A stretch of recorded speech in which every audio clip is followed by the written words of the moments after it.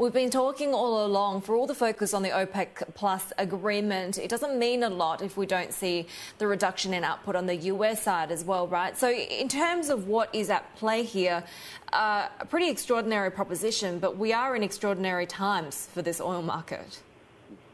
Yeah, we certainly are, and that word is key, extraordinary. But I think what the market's done is it's really doing most of the rebalancing itself. It's gone back to 20.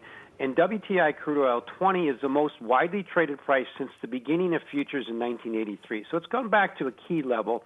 And what you're hearing is the trickle down. I mean, the government, every entity is trying to reduce supply, but they're just catching up to demand. Now, we heard today from the IEA that demand should drop around 9 million barrels a day, which is around 9 to 10%. I think that's very conservative. We should probably expect a demand drop of closer to maybe 15 to 20% on the year.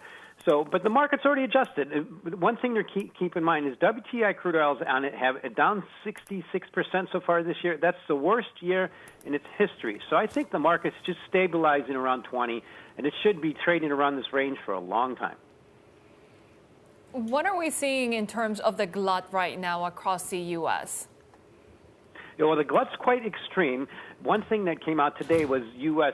Gasoline demand, and it dropped almost 60%. Now, that's short term, but it might not come back to where it was before, which is it might take a long time, if ever, because it was already in decline the last few years. I remember, even before this year, gasoline demand in this country was flat over 20 years, partly because of conservation and EVs, and people just don't use as much anymore. So to me, that's what's really changing is before COVID hit, the demand versus supply situation for crude oil was already bad. But what this is doing, it's going to reduce U.S. production.